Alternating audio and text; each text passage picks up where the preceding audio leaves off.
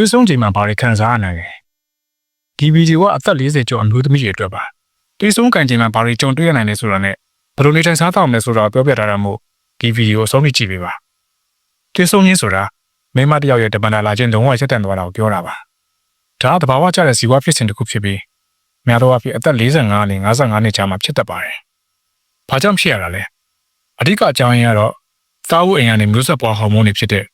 estrogen နဲ့ progesterone ဟော်မုန်းတွေထုတ်လုပ်မှုလျော့နေသွားလို့ပါပဲဒီဟော်မုန်းတွေကျဆင်းလာတဲ့မြရာသီသွေးစည်းညံ့မှာမှန်တော့ပဲနောက်ဆုံးမှလုံးဝရပ်သွားတာပါအဲ့လိုသွေးဆုံးသွားပြီဆိုရင်ခန္ဓာကိုယ်မှာဘာဖြစ်လာမလဲနံပါတ်1ကဓမ္မလာခြင်းမမှန်တော့အစတော့ဓမ္မလာနောက်ကျတာသို့မဟုတ်တစ်ခါတလေတစ်လားကျော်သွားတာမျိုးသတိထားမိပါမယ်ပြီးရုပ်ရည်ပြန်လာမယ်ပြန်လာတဲ့အခါအရင်များမယ်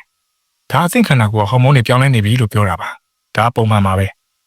ဒါပေမဲ့သွေးစင်းတာအရင်များလို့ရင်ဒါမှမဟုတ်အကြာကြီးနေမှာရုပ်ရည်ပြန်စင်းရင်ဆရာဝန်ပြဖို့လိုပါတယ်နောက်တစ်ခုကခန္ဓာကိုယ်ပူပြီးတော့ချွေးထွက်များတာ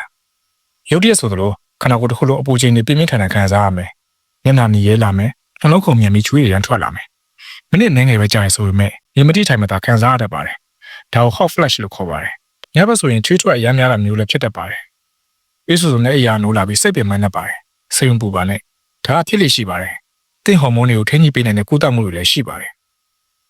နောက်တစ်ခုကစိတ်ပြောင်းလဲမြန်ခြင်းနဲ့အိမ်မပြောခြင်းအခုလေးတင်ကောင်းနေရင်ကနေချက်ချင်းယူငိုခြင်းစိတ်ပေါက်လာတတ်ပါတယ်ဒါအတင်စိတ်ပေါက်နေတာမဟုတ်ပါဘူး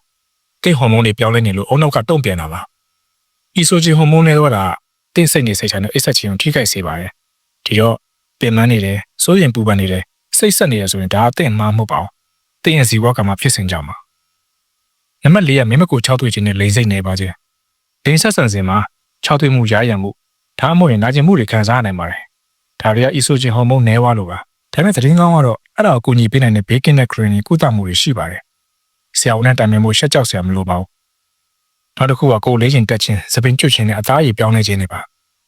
ရုပ်ရည်ဆိုသလိုဝတ်ထားတဲ့ဝတ်တွေကကျက်လာသလိုခံစားရတယ်စပင်ပါလာတယ်အသားရည်တွေကခြောက်လာတယ်ဒါအသက်ကြီးလာတာတခုတည်းကြောင့်မဟုတ်ပါဘူးဟော်မုန်းတွေကျဆင်းသွားလို့ပါဒီတော့ကျန်းမာရေးနဲ့ညီညွတ်တဲ့အစားအစာစားတာရေများများတောက်တာနေ့စဉ်ကိုယ်လက်လှုပ်ရှားမှုလုပ်တာကောင်းကောင်းအိပ်စက်အနားယူတာတွေကိုအာရုံစိုက်ပါအသေးစားပြုပြင်မှုလေးတွေကကြီးမားတဲ့ခွာခြားမှုကိုဖြစ်စေနိုင်ပါတယ်တချို့အမျိုးသမီးတွေမှာဗီရိုစစ်နာကျင်ကိုက်ခဲ့တာလည်းကြုံတွေ့ရနိုင်ပါတယ်သွေးဆုံးကန်ကြီးမှာဘာတွေစားသင့်လဲဘယ်လိုတောက်ပါတူဦးစားပါဒါတွေက estrogen ဟော်မုန်းကိုတဘာဝတွေကနေရနိုင်ပါတယ်သွေးလည်ပတ်မှုကောင်းတယ်အပူများတာကိုသက်သာစေပါတယ်နွားနို့တောက်ပါဒင်ငင်စားပါဒါတွေကကယ်ဆီယမ်ဓာတ်တွေပါလို့ဗီရိုစစ်တွေအရန်ကောင်းပါတယ်ကြက်ဥစားပါနေပူစားလုံးပါဗီတာမင် D ကြောင့်တစ်စိတ်ခံစားမှုနဲ့အဆိပ်ရောင်တာကုသပေးပါလိမ့်မယ်ငါးကြီးစီတောက်ပါစိတ်သက်ကြလားအယိုးစစ်နာကျင်ကိုက်ခဲ့တာပြီးနှလုံးပြဿနာတွေကိုပါကာကွယ်ပေးပါတယ်ဆန်လုံးညိုပေါင်မုတ်ဖြူအောက်ကျုံတွေစားပေးပါအစာကြည်လွယ်တဲ့ကိုခန်းအကောင်းနဲ့အာဟာရပြည့်ပါတယ်ပန်တီဘယ်ရီတီထောပတ်တီစားပါချက်ချင်းအောင်နာပဲတီနဲ့ငါးစားပါရေချာစိတ်နဲ့ဖြုံစိတ်လည်းစားပေးပါရှောင်းမဲ့အစားတောက်တွေကတော့